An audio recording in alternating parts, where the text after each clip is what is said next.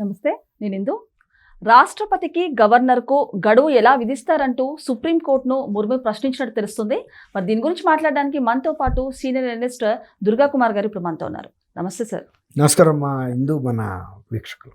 Sir, ఇప్పుడు మనం చూసుకుంటే రాష్ట్రపతికి అండ్ గవర్నర్కు గడువు ఎలా విధిస్తారంటూ సుప్రీంకోర్టును ద్రౌపది ముర్ము గారు అయితే ప్రశ్నించినట్టు తెలుస్తుంది. సో ఏం చెప్తారు సార్ దీని గురించి? ఇది రాజ్యాంగంలో ఉన్న కొన్ని అధికరణాల మీద అప్పుడప్పుడు ఇలాంటి వివాదాలు రావటం కొత్త కాదమ్మా. గతంలో చాలాసార్లు వచ్చింది. ఏంటంటే శాసనసభ ఏదైనా ఒక బిల్లును ఆమోదించినప్పుడు దాన్ని గవర్నర్ ఆమోదానికి పంపటం అనేది రాజ్యాంగ పరంగా కంపల్సరీ. అంటే గవర్నర్ సంతకం చేసిన తర్వాత మాత్రమే అది ఒక చట్ట రూపంలోకి వస్తుంది. అంతకుముందు చట్టం కాలేదు శాసనసభ ఆమోదించిన. అలాగే లోక్సభ పార్లమెంట్ ఆమోదించిన బిల్లుల్ని రాష్ట్రపతి సంతకం చేయాలి. ఆర్టికల్ 200 ప్రకారమేమో గవర్నరు, 201 ప్రకారమేమో రాష్ట్రపతి సంతకాలు చేయాలి. గతంలో కొన్ని బిల్లులు పట్ల వాళ్ళకి వ్యతిరేకత ఉన్న సందర్భాల్లో గవర్నర్లు కానీ రాష్ట్రపతులు కానీ వాటిని పక్కన పెట్టిన సందర్భాలు ఉన్నాయి. అయితే మళ్ళీ తిరిగి గనక శాసనసభ ఆమోదించి పంపితే నో చెప్పే అధికారం గవర్నర్లకు లేదు, అలాగే రాష్ట్రపతికి కూడా లేదు. కానీ కొన్ని సందర్భాల్లో ఇది తీవ్రమైన జాప్యానికి దారితీసింది. ఇప్పుడు ఈ ప్రత్యేకంగా ఇవాళ ముర్ము గారు చేయాల్సిన ఎందుకు అవసరం వచ్చిందంటే, తమిళనాడు శాసనసభ ఆమోదించి పంపిన బిల్లుల్ని ఆ రాష్ట్ర గవర్నర్ ఆమోదించకుండా పక్కన పెట్టాడు. ఆమోదించకుండా పక్కన పెట్టినప్పుడు అది 3 నెలలు దాటిన తర్వాత వాళ్ళు హైకోర్టులో కంప్లైంట్ చేశారు, మాకు ఇట్లా పెండింగ్లో ఉందని. అది తర్వాత అది సుప్రీంకోర్టు దృష్టికి కూడా వెళ్ళింది. సుప్రీంకోర్టు దృష్టికి వెళ్ళినప్పుడు ఏం చేసిందంటే, సుప్రీంకోర్టు ఎవరైనా సరే ఆర్టికల్ 200 అండ్ 201 కింద చట్టసభలు ఆమోదించి పంపిన బిల్లుల్ని అది గవర్నర్ అయినా రాష్ట్రపతి అయినా 3 నెలల లోపల ఆమోదించాలి అని ఒక డైరెక్షన్ ఇచ్చింది. ఇది సహజంగా ఈ గవర్నర్ అనేవాళ్ళు ఒక రకంగా కొన్ని ఇమ్యూనిటీస్ ఉన్నాయి. వాళ్ళు అంటే వాళ్ళకి రాజ్యాంగ పరంగా సంక్రమించిన అధికారాలని ఉపయోగించుకునే సందర్భాల్లో ఎవరు కూడా ప్రశ్నించడానికి వీలు లేదు అనేది గవర్నర్ గారు, రాష్ట్రపతి ముర్ము గారి అభిప్రాయం. అదే అభిప్రాయాన్ని ఆమె వ్యక్తం చేసింది. ఇప్పుడు గవర్నర్లకు కానీ రాష్ట్రపతులకు కానీ మీరు ఒక గడువు విధించడం ఒక సుప్రీంకోర్టుగా అది సమంజసమా అనేది న్యాయ చర్చ జరగాలి అనేది ఆమె అభిప్రాయం.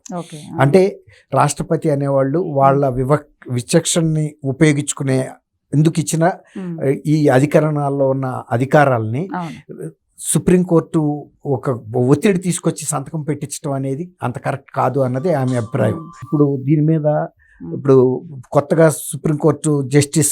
సుప్రీంకోర్టు ప్రధాన న్యాయమూర్తిగా ప్రమాణ స్వీకారం చేసిన గవాయి గారు, ఆయన కూడా దీని మీద దృష్టి పెట్టినట్టుగా అనిపిస్తుంది. ఆయన ఒక్కడిగా చెప్పే సమాధానం కాదు.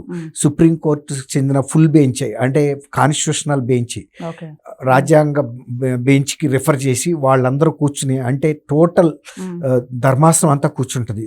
అంటే ఒక రకంగా సుప్రీంకోర్టులో ఉన్న న్యాయమూర్తులు అందరూ కూర్చుని చర్చించి, ఇది మనం సుప్రీంకోర్టుకి ఈ అధికారం ఉందా లేదా, లేదు రాష్ట్రపతి గారు ప్రశ్నించినట్టు మన అధికారాలను ఏమన్నా అధిగమించామా, గతంలో ఉన్న సాంప్రదాయాలు ఎలా ఉన్నాయి, తర్వాత మనం ఏంటంటే భారత రాజ్యాంగం, తర్వాత భారత పార్లమెంటరీ సిస్టమ్ అనేది మనం బ్రిటిష్ గవర్నమెంట్ నుంచి తీసుకున్న వ్యవస్థ. ఇది బ్రిటిష్ గవర్నమెంట్లో ఉన్న సాంప్రదాయాలు ఇలాంటి జరిగినప్పుడు అక్కడ క్వీన్ ఆర్ కింగ్ సంతకం పెట్టాలి.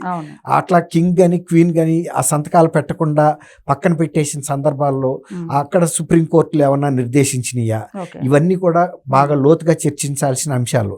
ఏదో వ్యక్తిగతంగా ఒక జడ్జో 2 జడ్జిలో చెప్తే కుదరదు. ఇది రాజ్యాంగానికి సంబంధించిన న్యాయ నిపుణులు కోవిదులందరూ కూర్చుని చర్చించాలి. ఇప్పుడు ఆమె ఒక రకంగా రాజ్యాంగపరమైన ప్రశ్న లేవనెత్తింది. ఇది ఆలోచించాల్సిన అంశం. ఇలాంటివి కూడా గతంలో కొన్ని సందర్భాలు జరిగినాయి. గతంలో కూడా ఇలాంటి వివాదాలు రాజ్యాంగపరంగా వచ్చినప్పుడు వీటిని పూర్తిగా అంటే తెగేరాక లాగిన సందర్భం లేదు. న్యాయస్థానాలు కానీ లేకపోతే న్యాయ నిపుణులు కానీ దానికి ఒక సరైన పరిష్కారం చూపించారు. అలాగే రాష్ట్రపతులు కూడా వాళ్ళు కూడా ఒక వివాదానికి వెళ్లకుండా సంయమనంతో వెళ్ళారు. ముర్ము గారు కూడా ఆ మాత్రం పరిపక్వత ఉన్న మనిషే తప్ప ప్రతిదీ వివాదాలు చేసే మనిషి అయితే ఆమె కాదు. కాకపోతే ఏంటంటే అది సమంజసమా కాదా అనేది ఒక రాజ్యాంగ మీమాంసని ఆమె వ్యక్తం చేసింది. సో మరి రాజ్యానికి వ్యతిరేకంగా మరి సుప్రీంకోర్టు కూడా ఎలా విధిస్తుంది సార్? అంటే సుప్రీంకోర్టు తనకున్న అధికారాలని ఉపయోగించుకుంది. ఎందుకంటే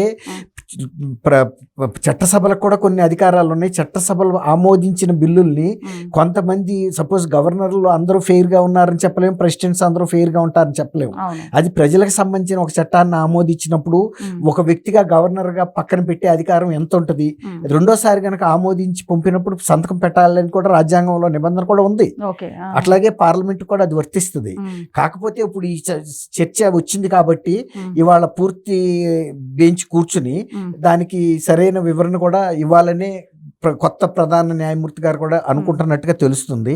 దానికి సమయం సందర్భం చూసుకుని ఆయన మొత్తం సుప్రీంకోర్టు కాన్స్టిట్యూషనల్ బెంచ్ కూర్చుని చర్చించిన తర్వాత వాళ్ళ వివరణ కూడా ఇస్తారు. ఇది పెద్ద వివాదానికి అయితే దారితీస్తుందని నేను అనుకోను.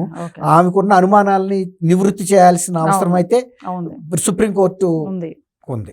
సార్ మరి చూసుకుంటే అంటే పార్లమెంట్లో ఉన్న సీనియర్ నాయకులు కానివ్వండి, లేకపోతే గతంలో పనిచేసిన స్పీకర్లు కానివ్వండి, వాళ్ళ మాటల్ని పరిగణలోకి తీసుకుంటారంటారా?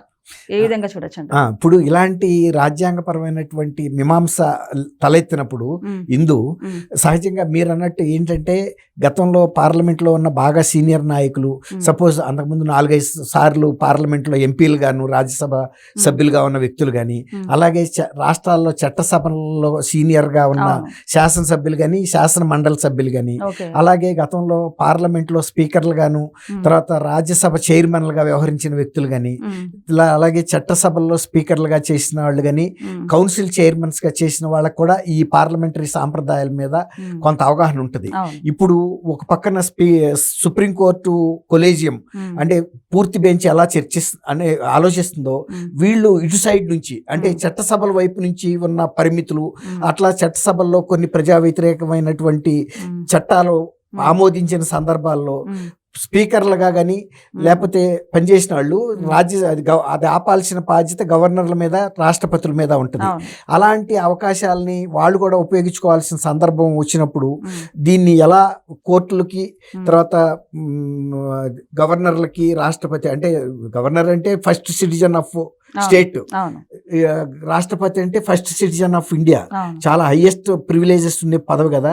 ఈ రెండు మధ్యలో ఎలా సమన్వయం చేసుకోవాలనేది మీరు అన్నట్టు వీళ్ళు పార్లమెంటరీ సంప్రదాయాలు తెలిసిన మేధావులు కూడా కూర్చుని చర్చించి అవసరం అయితే వీళ్ళ ప్రతినిధి బృందం కూడా సుప్రీంకోర్టు జడ్జెస్ తో కూడా జాయింట్ మీటింగ్ ఏర్పాటు చేయాలి. అప్పుడు ఏంటంటే చట్టసభల్లో ఉన్న వాళ్ళ ఉద్దేశాలేమో జడ్జీలకు తెలుస్తాయి, జడ్జీలకు ఉన్న అధికారాలు ఎంతవరకు ఉన్నాయి, వాళ్ళు కూడా సరైన సమయంలో స్పందించకపోతే రాజ్యాంగ పరంగా ఎలాంటి ఇబ్బందులు ఎదురవుతాయి అనేది వాళ్ళు కూడా చెబుతారు. బిల్లులు కొన్ని గవర్నర్లు దురుద్దేశంతో ఆపిన సందర్భాలు కూడా ఉన్నాయి. కాబట్టి ఈ రెండింటిని వాళ్ళు చర్చించిన తర్వాత మధ్యస్థంగా ఎలా చేయాలి అనేది ఒక సొల్యూషన్ రావచ్చు. Okay sir, thank you thank you అమ్మాయి.